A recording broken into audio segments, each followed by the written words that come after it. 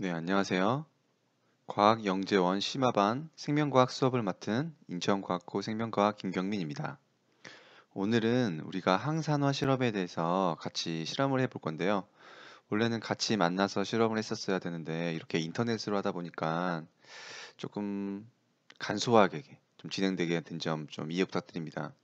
원래는 실제로 만나서 심화기자재도 써서 실험을 했었어야 되는데 만나지 못해서 이렇게 좀 간이적으로 시험을 하게 됐으니까 여러분들이 오늘 수업 후에 좀 더 유튜브라던가 인터넷 자료를 많이 찾아봄으로써 심화적으로 공부를 했었으면 좋겠습니다. 오늘의 수업 계획은 먼저 1교시에는 활성산소, 항산화 물질에 대한 이론 수업을 진행할 것이고요. 2단계 때는 항산화 실험 실습을 할 겁니다. 그래서 이 항산화 실험 실습을 위해서 실험 키트를 여러분들께 보냈을 겁니다. 그래서 그것을 바탕으로 같이 실험을 실습해 보도록 하겠습니다. 3차 시에는 천연화합물 향수 만들기 실험을 실습할 건데요. 이것도 마찬가지로 그 실험 키트에 이 실험 물품들을 같이 보냈으니까 함께 실험을 진행해 보면 되겠습니다. 그럼 먼저 오늘 1교시에는 활성산소와 항산화 물질에 대한 이론 수업을 진행하도록 하겠습니다. 먼저 사실 항산화라는 말은 주변에서 굉장히 많이 듣는 말입니다. 뉴스에서도 많이 나오고요. 김치는 주요 항산화 식품이다. 항산화 식품이다라는 말은 여러분도 들어보셨죠? 그래서 아무래도 항산화라는 말은 여러분들이 지금까지 삶을 살아오면서 많이 듣던 단어일 겁니다. 그렇다면 우리가 자주 들어온 항산화란 무엇인지를 먼저 알아야겠죠. 항산화를 먼저 이해하기에 앞서서 산화라는 말을 우리가 이해해야 됩니다. 여러분들이 아직 산화라는 개념을 뭐 수소를 잃을 때 또는 뭐 산소를 얻을 때 이런 식으로 배웠지만 그 산화를 정의하는 방법은 조금씩 다른데 이제 고등학교에 오게 되면은 산화라는 정의를 뭐 좀 더 복잡하게 배울 수 있지만 기본적으로 네, 전자를 잃는 반응을 산화라고 할 수 있겠습니다. 그러면 환원은 무엇이냐? 환원은 반대로 전자를 얻는 반응이 되겠습니다. 그렇다면 산화가 전자를 잃는 반응이라면 항산화라는 말은 무슨 말이냐? 항산화는 산화를 막는다는 말입니다. 즉, 물질이 산화되는 것을 막는 것. 물질이 산화된다는 말은 물질이 전자를 잃는 것을 의미하는 거고요. 전자를 잃는다는 것은 다르게 생각하면은 다른 물질에 의해 전자를 빼앗기는 것을 의미하게 됩니다. 그래서 항산화란 물질이 산화되는 것, 물질이 전자를 잃는 것, 물질이 전자를 빼앗기는 것을 막아주는 것을 항산화라고 할 수 있겠습니다. 그렇다면 이렇게 전자를 잃거나 전자를 뺏기는 과정인 것을 막아주는 항산화가 우리 몸에서 왜 중요할까에 대해서 한번 생각해 봐야겠죠. 그 이유는 결론적으로 먼저 말씀드리면 그 세포에서 생성되는 활성산소 종 때문에 이게 항산화라는 게 필요합니다. 그렇다면 활성산소에 대해서 여러분들이 들어본 사람도 있고 들어보이지 않은 사람도 있을 텐데 활성산소라는 것을 이해하려면 조금 어려운 내용을 말하고자 합니다. 먼저 산소의 원자 구조를 살펴보게 되면은 산소는 8개의 전자를 갖고 있습니다. 이렇게 2개씩 쌍을 이루고 있죠. 그래서 이렇게 산소는 잠시만요. 네. 이렇게 산소는 8개의 전자 쌍을 가지고 있었을 때 매우 안전한 구조입니다. 산소는 이런 식으로 보통 존재하게 되는데 다른 여러 가지 복잡한 과정에 의해서 이렇게 8개의 전자를 갖지 못하고 짝을 이루지 못한 홀 전자를 갖게 되는 경우가 발생되게 됩니다. 이런 경우를 우리가 활성산소라 부르게 되는데 근데 이렇게 전자가 짝을 못 이루게 되면은 굉장히 불안정한 상태가 돼요. 굉장히 불안정하기 때문에 이 안전한 구조, 즉 전자를 8개를 만들기 위해서 다른 물질로부터 전자를 굉장히 뺏어오게 됩니다. 그래서 전자를 뺏어오는 힘이 너무 강력하다 보니까 다른 물질에서 전자를 뺏어와서 이렇게 그 8개의 전자를 맞춰서 안정해지려고 하는 거거든요. 이렇게 활성산소처럼 이렇게 자신의 안정된 구조를 갖기 위해서 이렇게 다른 곳으로 전자를 이렇게 뺏어오는 에너지, 그런 것들을 좀 어려운 말로는 자유 라디칼이라고 부르게 됩니다. 그래서 여러분들이 자유 라디칼이라는 말은 좀 어려울 수 있지만 한번 오늘 그냥 들어본다는 의미에서 먼저 자유 라디칼이란 무엇이냐? 자유 라디칼은 어떤 분자의 최고 외곽에 아까 봤죠? 쌍을 이루지 못한 전자가 있는 상태입니다. 전자가 쌍을 이루지 못하게 되면은 즉 자유 라디칼은 매우 불안정하다 그랬죠? 매우 불안정해서 막 전자를 뺏어오려고 그래요. 자신이 안정되기 위해서. 그럼 전자를 뺏어온다는 말은 다른 물질들이 전자를 잃는다는 거겠죠?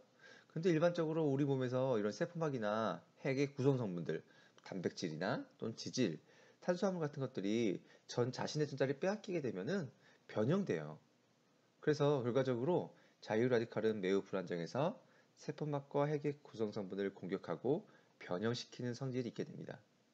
또 일부는 전자를 뺏어오는 과정에 의해서 촉매 반응을 유발하기 때문에 세포 손상이 연쇄적으로 일어날 수도 있게 됩니다.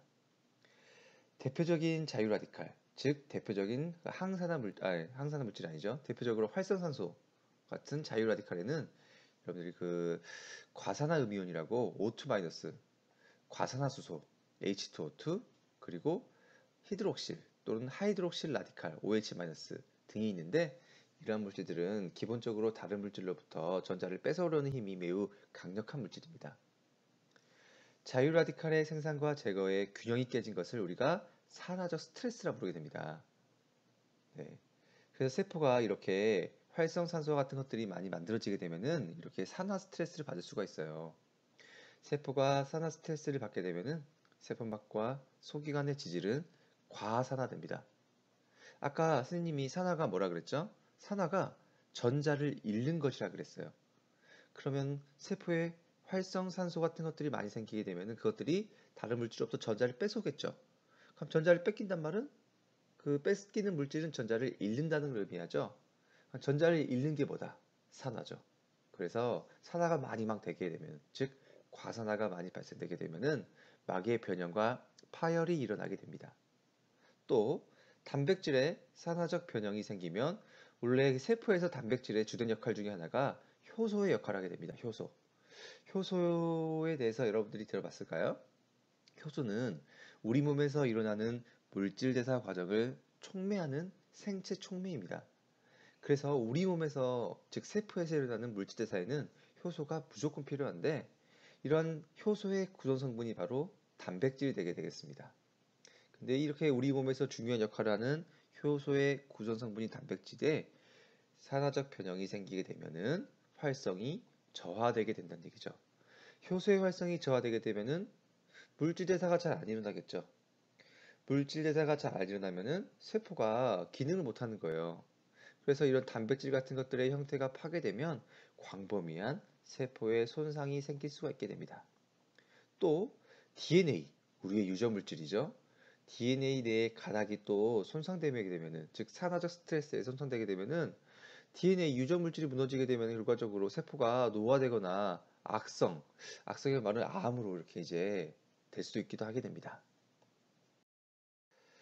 즉 활성산소 등에 대해서는 이 자유 라디칼이 어떤 영향을 주냐면, 네, 아까 말씀드렸죠. 정리해 볼게요. 이제 불안정한 O2의 환원입니다.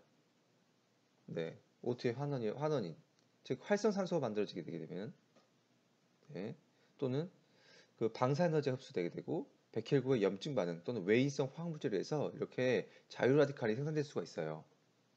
아까 말씀드렸던 과산화음이온, 과산화수소, 하이드록실 라디칼 같은 것들 자유 라디칼, 다른 말로는 활성산소 종들이 만들어지게 된다는 얘기죠.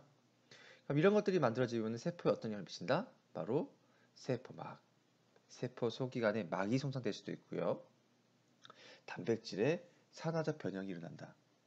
단백질 변형이 일어나게 되면은 효소의 활성이 줄어든다 그랬죠. 또 DNA 손상이 일어나가지고 세포가 결과적으로 노화가 일어나게 됩니다. 그래서 이렇게 자유 라디칼에서, 즉 자유 라디칼은 세포가 물질 대사를 하는 과정에서 자연스럽게 생길 수도 있고요. 외인성 화학 물질 외부에 의해서 또는 우리 몸에 다른 반응들에 의해서 생길 수밖에 없는 것들이에요. 그래서 이렇게 자연스럽게 또는 외부적 요인에 의해서 자유 라디칼이 많이 생성될 수 있는데 이런 것들이 많이 생성되게 되면은 세포가 손상되고 노화가 일어날 수 있다라는 것이죠. 그래서 이렇게 네, 자유 라디칼에 의해서 세포가 산화되는 것을 막아주는 것이 바로 뭐다? 항산화 물질이라는 거죠. 그래서 오늘 항산화 물질 건데 활성산소의 생성 과정은 아까 말씀드렸듯이 굉장히 여러 가지가 있어요. 기본적으로 우리 기본적으로 세포 내에 그 세포 호흡이 일어나게 되는데요. 즉 세포에서 기본적으로 물질 대사를 하는 과정에서 활성산소가 발생될 수밖에 없어요. 그런데 이것뿐만 아니라 보면 잘못된 식단, 오염물질, 과음, 약물, 자외선, 방사선, 스트레스 노화, 박테리아나 바이러스 같은 병원체 감염, 과다한 운동, 피로, 질병, 염증 등 다양한 요인에 의해서도 발생할 수 있다는 얘기죠. 그래서 이렇게 발생된 활성산소, 즉 자유 라디칼들은 암도 일으킬 수 있고요.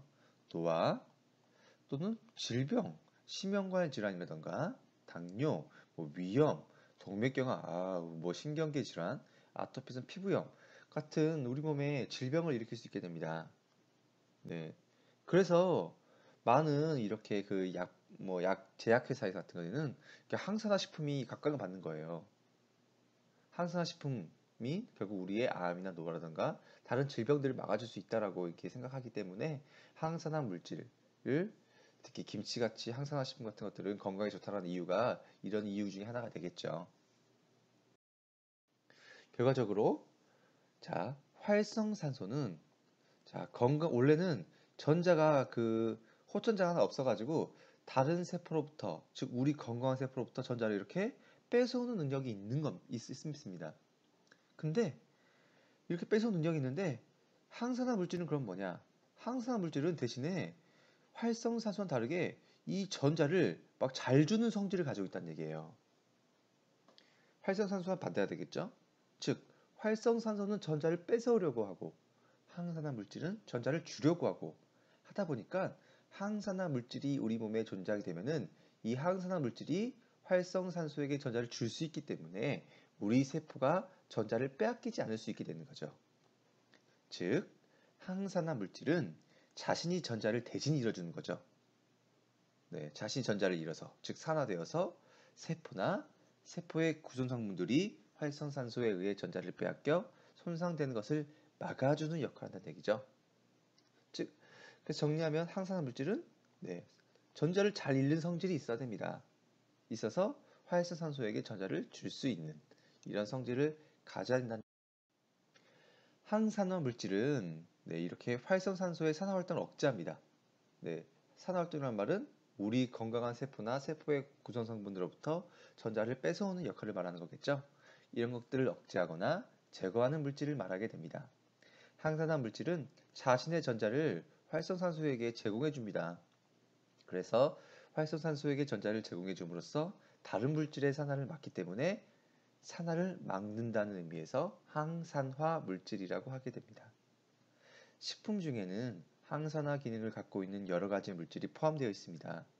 여러분들 블랙커런트, 블랙베리, 아로니아 베리 등도 들어봤을 것이고 우리가 많이 듣던 비타민 C, 비타민 E 등은 항산화 기능을 가지고 있어 항산화 비타민이라고 하고 있습니다.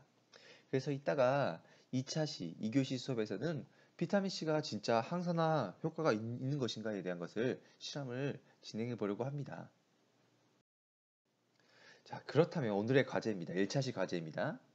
1차시 과제는 항산화 물질을 연구하는 과정에서 항산화 효과를 어떻게 측정할까? 즉, 우리가 항산화 물질을 개발하려면 이 항산화 물질이 진짜 항산화 효과가 있는지 어떻게 아냐? 네, 이것을 어떻게 측정하는가? 항산화 효과를 어떻게 측정하는 것에 대해서 조사를 하는 게 여러분들의 과제가 되겠습니다. 물론 힌트를 드리자면 이 과제에 대한 그 힌트와 답은 2차시 수업에 포함되어 있습니다.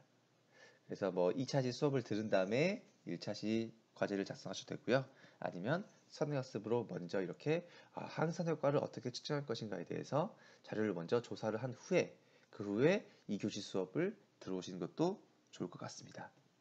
그러면 여러분들 지금까지 배운 아마 좀 미리 들어본 사람도 있고 좀 처음 들어본 사람도 있지만은 조금 어려울 수도 있긴 하지만 이런 항산화 물질 좀 찾아보시고요. 또는 항산화 효과를 우리가 어떻게 측정하는가에 대해서 자료를 조사해보는 시간을 갖도록 하겠습니다. 네, 감사합니다. 2교시 때 만나요.